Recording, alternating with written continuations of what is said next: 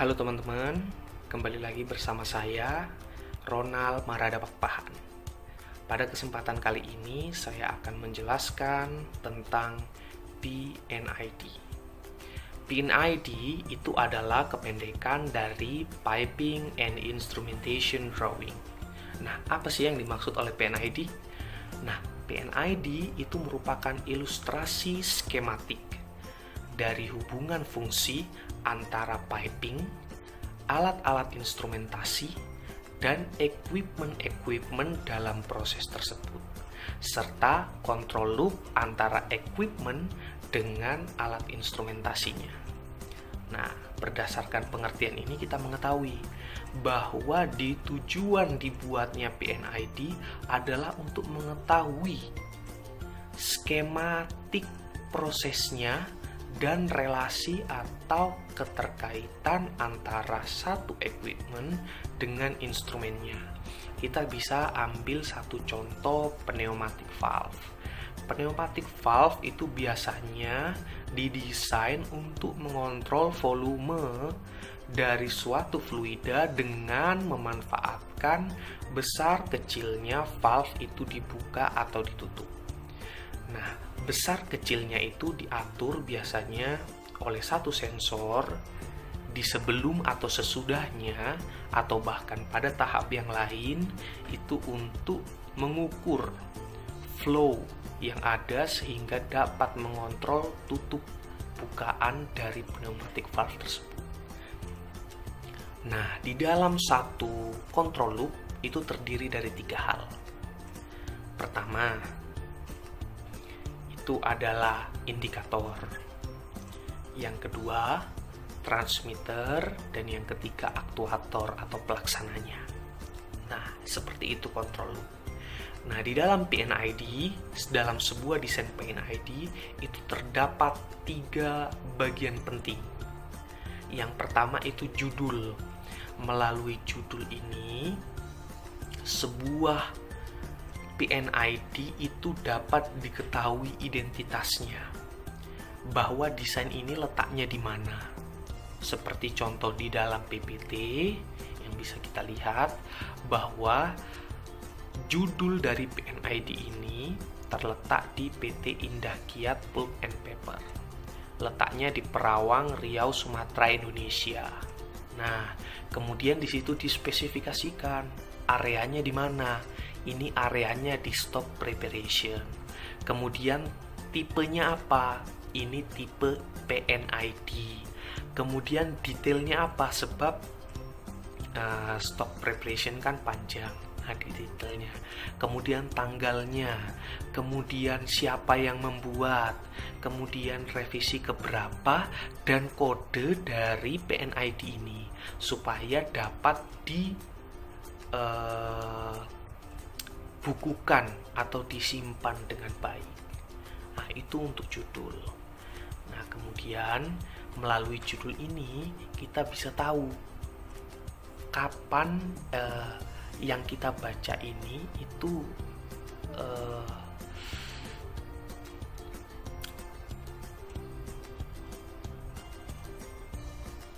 yang kita baca itu tuh udah revisi keberapa, atau apakah yang kita baca ini versi terakhirnya. Nah, melalui judul ini kita bisa tahu. Kemudian bagian kedua itu adalah drawingnya, jadi gambar dari PNID-nya. Di dalam drawing ini itu digambarkan unit-unit, kemudian digambarkan stream ini dalam artian pipanya.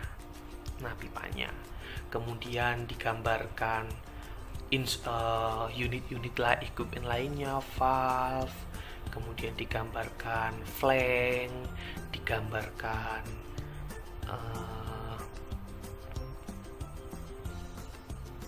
komputer. Nah,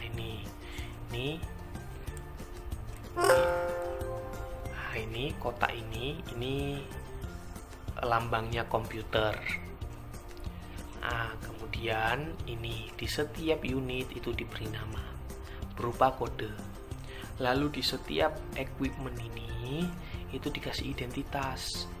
Identitasnya Misal di sini ada keterangan ada agitator, di sini ada batas ketinggian, kemudian di sini ada kontrol loop. Lalu di sini ada stream keluar melalui valve, ini untuk sumber stream masuk melalui valve dari sumber. Begitu pula dengan yang lain, berbeda dengan ini stream kuning, ini menunjukkan utilitas dari satu sistem. Nah, di setiap alat unit equipment itu diberi nama, identitasnya, supaya tahu ini valve apa, yang di dalamnya apa, pipanya, mana stream utama yang tebal, sedangkan yang stream biasa itu tidak tebal. Itu dari drawing. Jadi melalui drawing ini kita tahu control loop apa aja yang terdapat pada satu equipment. Nah, yang dikontrol pun dapat diketahui melalui kotak ini. Ini tulisannya apa? Misal FI itu flow indicator atau pengukur flow meter. Kemudian ada FC flow meter control, itu aktuatornya. Nah, seperti itu dihubungkan oleh garis putus-putus. Ya, garis putus-putus. Nah, setelah kita tahu tentang drawing, kita pasti butuh satu referensi untuk drawing ini. Nah, referensinya itu terdapat di legenda. Jadi semisal kita melihat sesuatu yang tidak kita tahu, kita bisa mencari tahunya di legenda.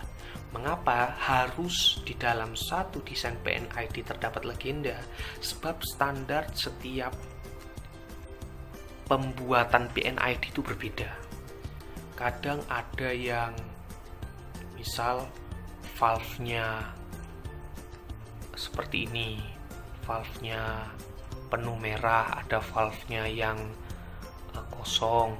Ini kita harus memberitahu melalui legenda bahwa ini menunjukkan bahwa ada yang normally open, ada yang normally close, seperti itu. Begitu pula dengan garis-garisnya. Ada garis putus-putus, ada garis tegas, ada garis tebal, ada garis kecil, ada warna yang kuning, ada warna yang merah dan hijau. Jadi melalui legenda ini kita bisa tahu bahwa bagian-bagian dari setiap yang ada pada drawing. Nah, seperti itu. Oke. Nah, dalam pembuatan PNID kita bisa menggunakan sebuah aplikasi. Sebenarnya beberapa aplikasi. Ada beberapa aplikasi, tapi saat yang paling sering digunakan pada saat saya kuliah itu adalah Microsoft Office. Nah, ini satu contoh. Jadi tampilan awalnya seperti ini. Office Visio, maksud saya Office Visio. Nah, Office Visio. Jadi di Microsoft Office Visio ini merupakan satu software yang bisa digunakan untuk berbagai macam hal. Bisa untuk menggambar flowchart, bisa untuk menggambar flowsheet, bisa untuk menggambar PNID dan lain-lain. Nah, kita coba mulai membuat ya referensi kita ini. Nah, ini satu PNID sederhana sekali, PNID sederhana. Nah, melalui ini nanti kita akan coba buat. Nah, blank drawing. Ya, ini adalah satuannya. Kita milih satuan apa? Satuan internasional atau metric unit atau satuan US atau British. Nah, kita pakai yang metrik aja.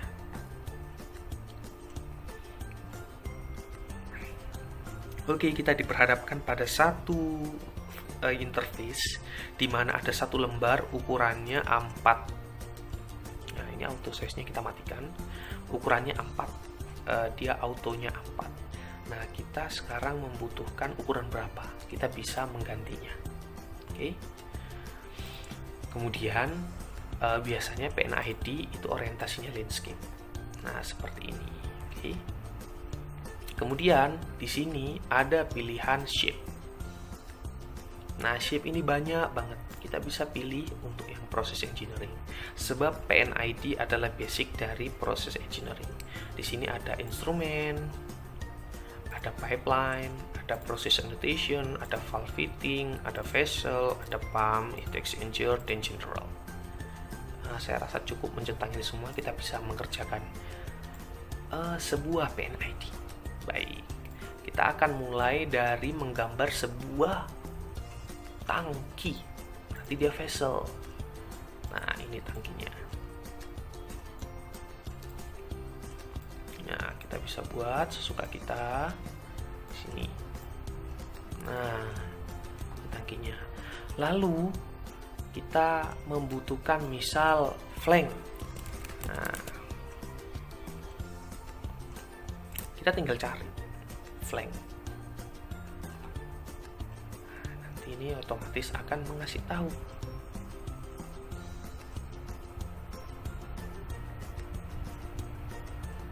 Nah, ini ada tipe-tipe flank. Sekarang kita pakai yang ini. Nah, ini kelihatan. Nah, flank. Ya, flank. Kemudian melalui ini kita bisa nyari stream atau pipeline. Nah, pipeline kita mencari yang tidak ada panahnya. Seperti ini. Kita tabrakkan ke bawah. Ke sini, lalu kita ganti klik kanan strict connector. Kita buat lurus ya biar gampang. Nah, kita klik shift supaya mudah memperlurusnya. Baru ini kita kecilkan, baru kita dekatkan ke sini. Oke, jadi deh sebuah flank. Kemudian ada lagi kita kasih valve. Nah, valve ini valve. Nice. Lalu kita kasih pipeline yang tidak ada panahnya. Clear. Jadi ini ada flank, ada valve, gate valve. Nah, jadi yang dimaksudkan di dalam Visio ini menawarkan sebuah unit-unit yang sudah didesain, yang sudah dibentuk. Kita tinggal tempel. Lalu kita bisa merancang sederhana dari PNID itu. Memang kita tidak bisa sempurna merancangkan PNID di sini, sebab memang ada keterbatasannya. Semisal di sini pipe tidak diukur panjangnya, tidak bisa kita ketahui panjangnya. Oleh sebab itu, Visio memfasilitasi yang kita kerjakan ini untuk di-convert ke AutoCAD. Nah, ini AutoCAD. Nah, melalui AutoCAD ini kita bisa melengkapi desain kita. Yang tidak bisa tahu ukuran jadi tahu ukuran. Yang ada kurang-kurangnya, misalnya ini flank. Ini flank kan tengah-tengahnya harus kosong nih. Nah, itu di AutoCAD bisa dihapus kecil-kecilnya. Kemudian biar lurus bisa digeser-geser, itu lebih detail di AutoCAD. Nah, kenapa kok nggak langsung AutoCAD? Sebab AutoCAD itu tidak menawarkan bagian-bagian yang sudah jadi. Dia meminta aplikasi itu mengharuskan untuk menggambar manual semua bagian untuk digambar manual. Jadi seperti tangki ini harus gambar manual. Ya, garis atau kotak di crop, dilanjutkan dengan garis-garis seperti itu di AutoCAD.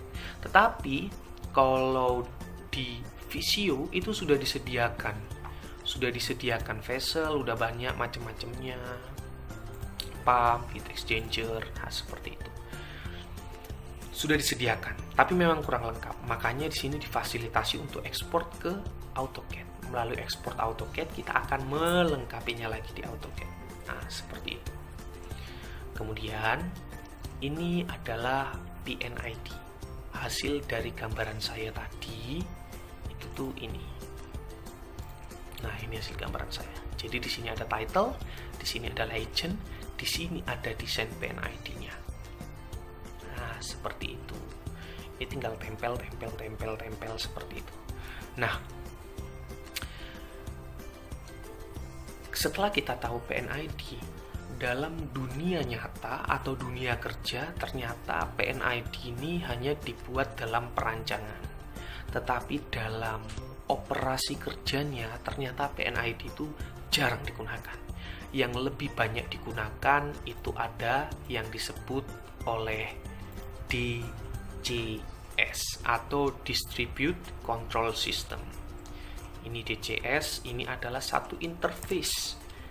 DCS itu merupakan satu interface yang memuat sebuah sistem yang mendistribusikan berbagai fungsi yang digunakan untuk mengendalikan variabel proses dan unit operasi proses menjadi satu pengendalian yang terpusat pada suatu control room dengan berbagai fungsi pengendalian, monitoring, dan optimasi.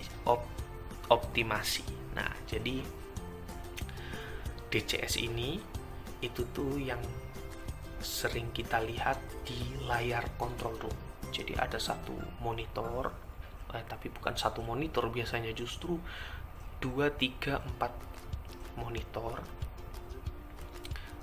dengan seorang operator. Di situ memaintain setiap alat, setiap unit equipment, dan memonitornya untuk memastikan bahwa alat tersebut sedang bekerja sebagaimana mestinya tanpa harus datang ke tempat. Nah, sistem DCS ini itu terdiri dari beberapa bagian. Pertama adalah HMI main server. Nah, HMI main server ini itu adalah monitornya operator itu. Jadi melalui HMI main server kita bisa menginput satu set point. Kita bisa menentukan satu poin keinginan, satu aspek keinginan kita yang memang bisa untuk ditentukan. Itulah HMI main server. Itu yang berada di tempat operator. Nah, saat ini DCS itu dilengkapi dengan redundancy server juga. Ini servernya secara otomatis untuk menambah kemampuan dari sistem DCS itu agar tetap berfungsi dengan normal walaupun terdapat elemen yang tidak berfungsi. Ini lebih condong pada pemanfaatan unit backup. Jadi secara otomatis. Nah, kemudian dari dua sumber ini itu mengatur itu melalui sebuah controller. Controller ini sebagai, kalau dalam bahasa internet itu sebagai router. Nah, router dibagi beberapa tergantung alatnya. Ada pompa, ada valve, ada ini, ada itu, dan sebagainya. Nah, seperti itu. Ini adalah sistem dari DCS. Ya, ini adalah contoh dari DCS di sebuah pabrik kertas di Indonesia. Ini adalah bagian dari approach sistem produksi kertas. Nah, di sini kita bisa lihat, di sini ada de-aeration tank, di sini ada deculator seal tank, ada machine screen reject tank, machine tank, secondary screen, dan lain-lainnya sampai ke headbox. Nah, sekarang saya mencoba menjelaskan. Jadi, di sini ada de-aeration tank. Dia kondisinya vakum, minus 0,8 bar. Lalu di sini ada konsistensi control water high pressure. Nah, seperti ini. Ini diatur oleh valve yang autonomous dan normally open, warna hijau. Kemudian operasi dari de-aeration tank ini 51 derajat Celcius. Lalu dia memasuki machine screen. Sepanjang perjalanannya ditambah oleh starch, ASA, dan CPAM. Melalui sebuah pompa. Ini pompa, dia autonomous.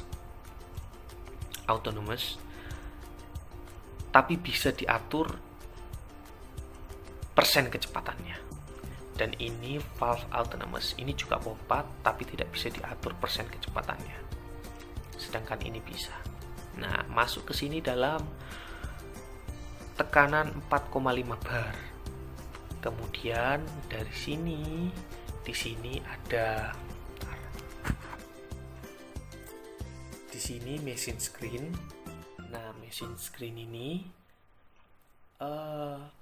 terdapat input 1, tapi outputnya ada 4. 1 ke headbox, 2 ke machine screen reject tank melalui valve yang normally close, dan yang satu lagi untuk menuju limbah yang normally close. Nah, ini udah diketahui. Ini normally close. Ini bukan normally close. Ini valve yang bisa diatur persen pembukanya. Jadi ini dalam kondisi 100% dan kecepatannya 54 liter per second. Nah, dari sini keluaran ini itu sebesar 4,2 bar, lalu ditambahkan APAM dan bentonite menuju headbox. Di headbox kita bisa lihat. Nah, di headbox kita bisa lihat tekanannya ini. Lalu persentase ini menunjukkan pompa ini. Mengapa? Sebab semua tekanan di dalam perjalanan ini ditentukan oleh pompa ini. Ini yang disebut oleh fan pump. Jadi sebelum machine screen, bukan machine screen, ya benar machine screen. Jadi sebelum machine screen itu ada fan pump.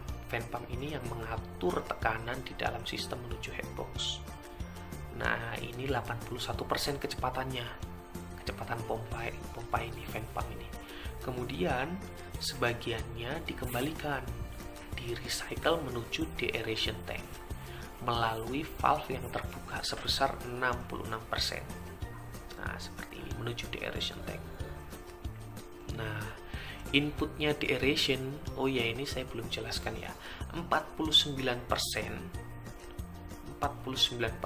itu adalah level fluida di dalam deaeration tank. Nah, sedangkan autonomous 72% ini adalah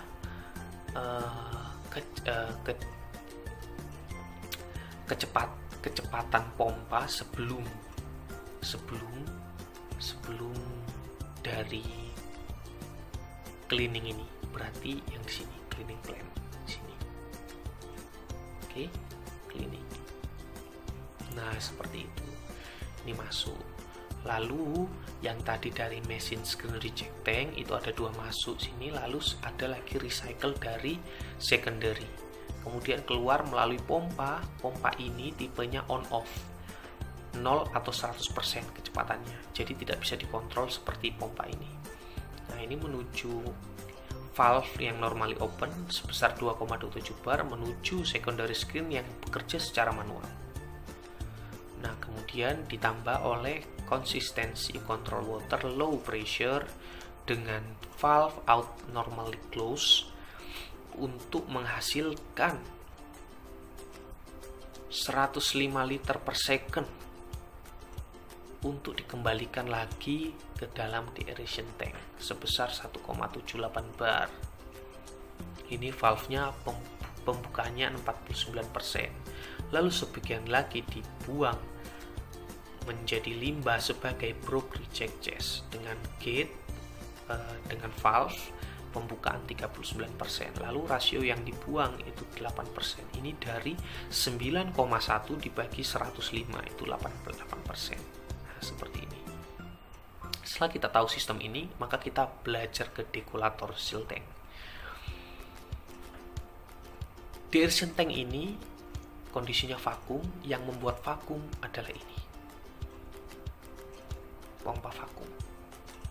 Jadi di sini ada udara yang dihisap melalui valve yang normally open menuju kondenser untuk mengkondensasikan fluida yang dapat dikondensasikan secara bertingkat. Ada 1, ada 2, ada 3. Ini juga pompa vakumnya.